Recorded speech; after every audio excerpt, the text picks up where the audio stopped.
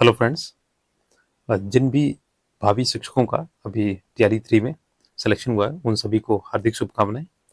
जो भी ये वीडियो देख रहा है, बाकी जो भी कैंडिडेट अभी सफल नहीं हुए उनको मैं यही बताना चाहूँगा कि आप इसका वेतन देख लीजिए, थोड़ा सा अपने अंदर मोटिवेशन लाइए और आपको TRE 4 कैसे भी करके क्रैक करना है, तो उसके लिए ये वीडियो है। और मैं बताने वाला हूँ आपको जो शिक्षक का वेतन है वो कितना होता है।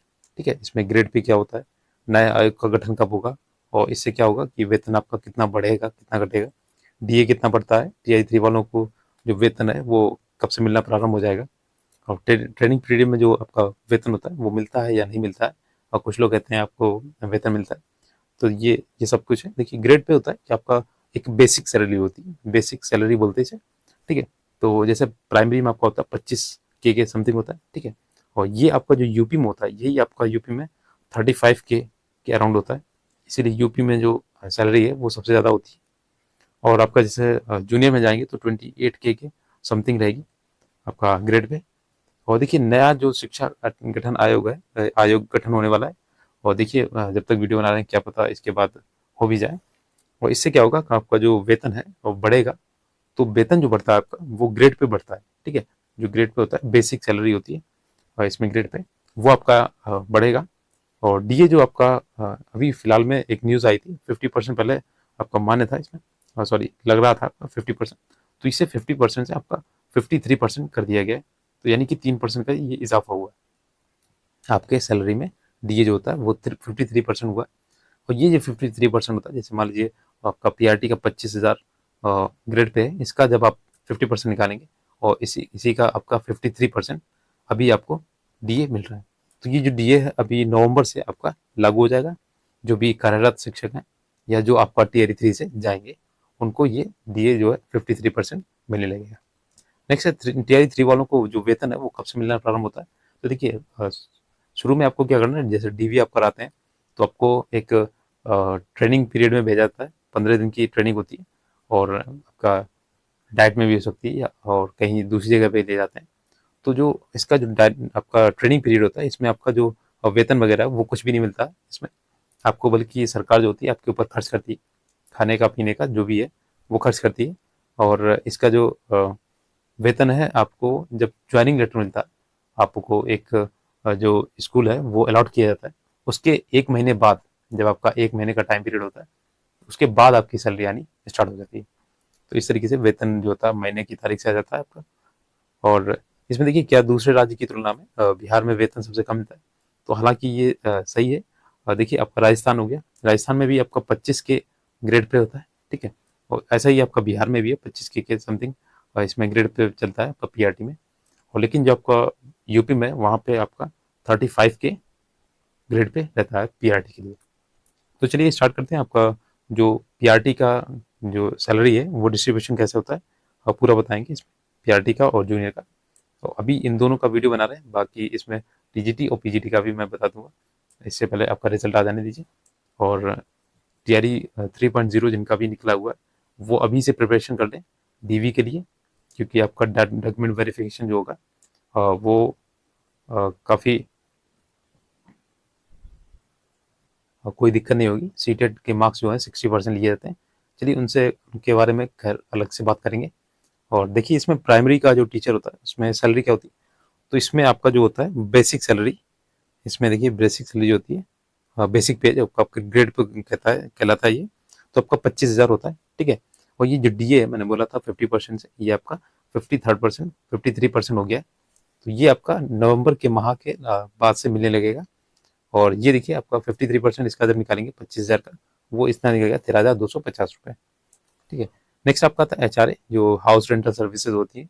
और देखिए 5% आपका लगभग होता है ग्रामीण इलाकों में, और 6% आपका लगभग शहरी इलाकों में होता है। तो ये आप इसका अगर निकालेंगे 5 से 6% तो 1250, या सॉरी 1250। ठीक है, तो ये निकलेगा आपका। नेक्स्ट आपका मेडिकल अलाउंस है। मेडिकल अलाउंस देखिए आपका यूपी में नहीं मिलता है शायद, और यहाँ पे आपका 1,000 रुपये दिया जाता है मंथली। ये देखिए सभी कुछ मंथली है। ठीक है, तो मैंने कहीं पे लिखा नहीं, आप समझ लीजिएगा। नेक्स्ट आपका देखिए जो ग्रॉस सैलरी बनती है आपकी, इन सभी को जब ऐड करेंगे तो आपका 25,000 और ये 13,250, 1250 और 1000 जब आप ऐड करेंगे तो आपकी जो ग्रॉस सैलरी है, यानी कि जो आपकी टोटल ये सैलरी जो बनती है इन सभी को ऐड करने पे, तो 40,500 रुपये बनती है। तो ये आपका पीआरटी का जो है और 40,500 रुपये बनता है। अब देखिए डिडक्शन क्या होता है इसमें, जो कटती है, कटौती होती है। हालांकि ये जो कटौती होती है वो आपको पेंशन के रूप में बाद में मिलता है। और देखिए पेंशन जब आप रिटायर होते हैं तो 60% आपको मिल जाता है, और 40% जो होता है वो आपको पेंशन के रूप में ही मिलता है। जो रिटायर होंगे तो आपको 60% लगभग मिल जाता है, ऐसे ही होता है। अब देखिए इसमें जीआईएस होता है, जो इंश्योरेंस वगैरह होता है इसमें 30 रुपीज़ मंथली होता है। तो देखिए 30 रुपीज़ आपका पीआरटी में भी होता है और 30 रुपीज़ ही आपका जूनियर में भी होता है। तो ये आपका मंथली कटता है, ठीक है। और नेक्स्ट आपका एनपीएस है, ये जो नेशनल पेंशन स्कीम वाला है। तो देखिए बेसिक पे और डीए, इन दोनों को जब ऐड करेंगे, बेसिक पे ये और आपका डीए, इन दोनों को ऐड करेंगे और इसका जब 10% निकालेंगे तो वो आपका एनपीएस में ही कटता है। 3825 रुपये आपका एनपीएस में कटता है, यानी कि 40,500 में आपका 3825 रुपये इसमें से काट देंगे तो आपका जो बचेगा सैलरी वो बचेगी। इसमें देखिए 30 रुपीज़ और ऐड करेंगे, ये आपका जीआईएस वाला इंश्योरेंस का, तो ये आपका 3855 हो गया, ठीक है। 3825 ये वाला और 30 रुपये ये आपका इंश्योरेंस का। तो 40,500 में आप 3855 निकालेंगे तो 36,645 रुपये ये आपका जो नेट सैलरी आपके अकाउंट में जाती है ट्रांसफर होके, वो आपकी ये सैलरी रहती है। तो 36,645 रुपये होती है। और ये आपका देखिए वेतन आयोग जब अभी बनेगा तो उसमें आपकी ये सैलरी इंक्रीज हो जाएगी, पीआरटी जूनियर सभी की इंक्रीज होगी। नेक्स्ट आपका देखिए प्रॉफिट क्या होता है इसमें। तो प्रॉफिट जो है आपका, जैसे ये ग्रॉस सैलरी तो आपकी 40,500 होगी, ठीक है। आपके खाते में 36,645 रुपये आते हैं, इसमें आपका 3855 ये आपके कटते हैं, ये डिडक्शन हो जाता है, ये आपको जो पेंशन के रूप में मिलता है।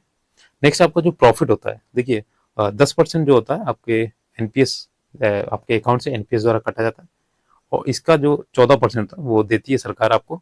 तो देखिए 40,500 अगर प्लस करेंगे तो बीपी और डीए, यानी कि बेसिक पे और प्लस डीए, इन दोनों को ऐड करने पर जो इसका 14% आएगा, 14% जो आएगा वो आप अपनी मेन सैलरी में जोड़ लीजिएगा, तो आपका ये निकलेगा समथिंग के 45,855 के।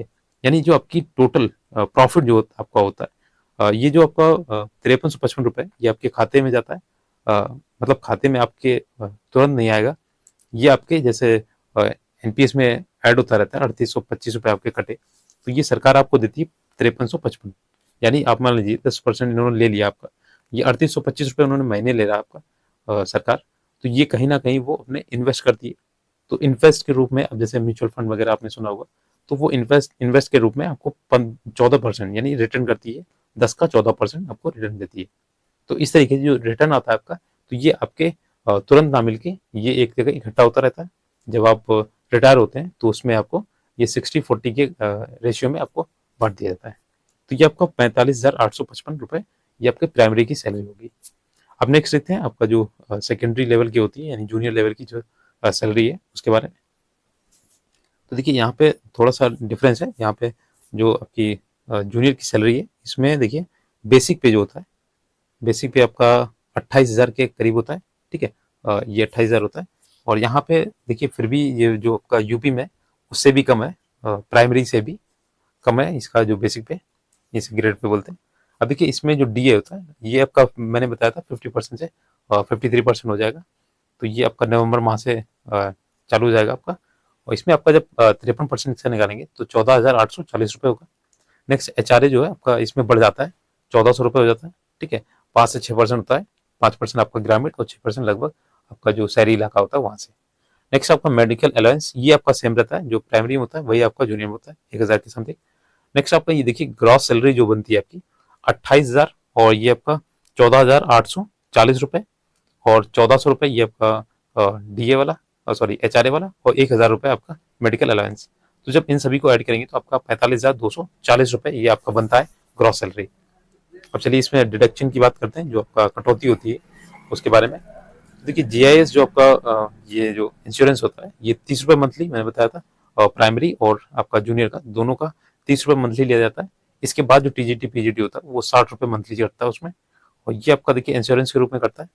और इसमें आपका एक कटता है एनपीएस वाला, जो मैंने पीछे बताया था। तो एनपीएस भी आपका इसमें सेम होता है, और 10% करता है, यानी कि बेसिक पे और प्लस डीए, इन दोनों को ऐड करेंगे और इसका 10% निकालेंगे तो ये आपका निकलेगा 42,84 रुपये। अब देखिए 4284 ये और 30 रुपये ये, तो ये आपका बनता है 4314 रुपये। तो जो 4314 रुपये ये आपका मेन सैलरी में से अगर निकालेंगे तो ये आपका बचेगा टोटल 40,926। ये जो आपको नेट सैलरी है आपके अकाउंट में जाती है 40,926 रुपये। और देखिए ये आपका प्राइमरी में कितना निकलता था, तो 36,000 के समथिंग निकलता था, और यहाँ पे आपका निकल रहा है 40 के अंदर समथिंग, यानी 4,000 का इसमें आपका बढ़ोतरी देखने को मिलती है। और वैसे आपका टोटल सैलरी में देखेंगे 45,240 है, वहां पे आपकी थी 40,000। ठीक है, अब देखिए प्रॉफिट क्या है इसका, प्रॉफिट कितना होता है, तो प्रॉफिट दिखा देते हैं आपको। ये देखिए आपका प्रॉफिट, इसमें प्रॉफिट आपका जो होगा कि आपका देखिए मेन सैलरी जो है 45,240 रुपये। ठीक है, और इसमें आपका देखिए मैंने बताया था, और एनपीएस में क्या करते हैं कि सरकार आपकी 10% से जो भी पैसा लेता है, तो इसमें क्या करते हैं कि आपको इस तरीके जैसे म्यूचुअल फंड वगैरह होता है, तो वो कहीं ना कहीं इन्वेस्ट करके आपको 14% के रूप में वापस देता है। तो 14% जो वापस देगा ये आपका देखिए 5998 रुपये बनता है। अगर आप 45,240 में आप 5998 रुपये जोड़ेंगे तो ये आपका बनेगा 51,238 रुपये। तो ये आपकी देखिए प्रॉफिट लगा के जो सैलरी बनती है वो इतनी होती है। ये जो 5998 रुपये हैं ये आपके खाते में नहीं जाते, बल्कि ये आपके एक जगह इकट्ठे होते हैं, जो आप रिटायर होते हैं तो आपको वो दिए जाते हैं उस तरीके से आपके स्कीम पेंशन के रूप में। तो ये आपका देखिए प्राइमरी और जूनियर का दोनों का सैलरी था। तो आप ये खुद से देखिएगा, आपको मोटिवेशन इसी से मिलेगा। मैंने पहले वीडियो बनाया था, आपको बताया था मेरा जो जर्नी था, मैं कैसे इसके टीआरई 3.0 में एक शिक्षक बनाऊं। तो इसमें मैंने बताया कि आपको मोटिवेशन, आपको जो सैलरी होती है ये सैलरी स्लिप है एक तरीके का, तो आप इससे देख लीजिए आपको मंथली जो है आपको 40 के करीब आपको लॉस हो रहा है मिनिमम। ठीक है, अगर आप टीचर बनते हैं तो आपका 40 के बच जाता है हर महीने का। तो आप खुद से देख लीजिएगा, तो इसलिए मोटिवेशन जो है आपको खुद से लाना पड़ेगा, अंदर से लाना पड़ेगा। यूट्यूब में आप मोटिवेशन ढूंढेंगे शॉर्ट्स की तरह, वो 1-2 मिनट रहेगा, बाकी आपका गायब हो जाएगा। ठीक है, तो टीआरई 4 की प्रिपरेशन अच्छे से कीजिए, और आपका एग्ज़ाम इसमें जो है वो फरवरी या जनवरी या फरवरी में जा सकता है, क्योंकि अभी इसका जो रिजल्ट है वो आना है टीजीटी पीजीटी का, टीआरई 3 का, और इसके बाद डीवी होगा। तो लग रहा है कि ऐसा कि दिसंबर की तरफ आपका इसका नोटिफिकेशन आएगा। उसके बाद 1 या 2 महीने का, 2 महीने का तो टाइम देंगे आपको इसका एग्ज़ाम कराने में। तो आपको ऑल द बेस्ट है टीआरई 4.0 के लिए। अगर आप प्रिपरेशन करना चाहते हैं तो आप चैनल पे जुड़ सकते हैं, काफ़ी वीडियोस मैंने अपलोड किए हुए हैं, और जो आपकी ऑथेंटिक बुक्स हैं उनको मैंने कराया हुआ है, और सोल्यूशन जो भी आपका यूथ पब्लिकेशन है घटना चक्र है उन सभी का। बाकी पीडीएफ के लिए आप ऐसा कीजिएगा, टेलीग्राम चैनल ज्वाइन कीजिएगा, लिंक आपको डिस्क्रिप्शन बॉक्स में मिल जाएगा। उसमें मैंने जो भी आपके पेपर हुए हैं वो सभी मैंने अपलोड किए हुए हैं, और आपका जो रिजल्ट वगैरह सब कुछ इसमें आपको मिलेगा। और भी आपकी पीडीएफ वगैरह आती रहती हैं इसमें, और मैंने करंट अफेयर और इसका मैंने बताया था, इस पीडीएफ वगैरह जो भी है वो आपको पढ़नी चाहिए। और इसका डिटेल वीडियो मैंने बताया हुआ है कि आपको कैसे प्रिपरेशन करनी है, किन बुक्स को फॉलो करना है। तो अगर वीडियो अच्छा लगे तो प्लीज़ शेयर ज़रूर कीजिएगा। ये जो आपका सैलरी वाला जो वीडियो है, इन आपके जितने भी फ्रेंड्स वगैरह हो उन सभी को शेयर कीजिएगा, और अच्छा लगे तो प्लीज़ लाइक भी कीजिएगा। Thanks for watching.